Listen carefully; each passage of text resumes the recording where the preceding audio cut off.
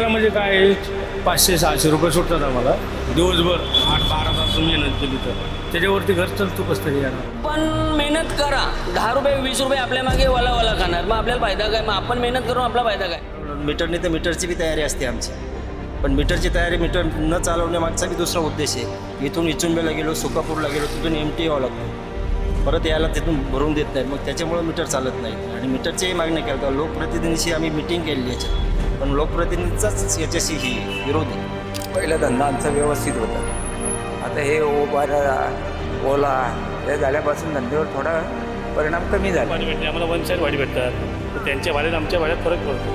तर ओला उबरचे काय आम्ही त्यांचे कशाला नाही घेऊ, आमच्या मालकाच्या गाड्या आहे, ओला उबरने थोडी आम्हाला गाड्या घेऊन देतात त्यांच्या ह्याच्यावर झाला.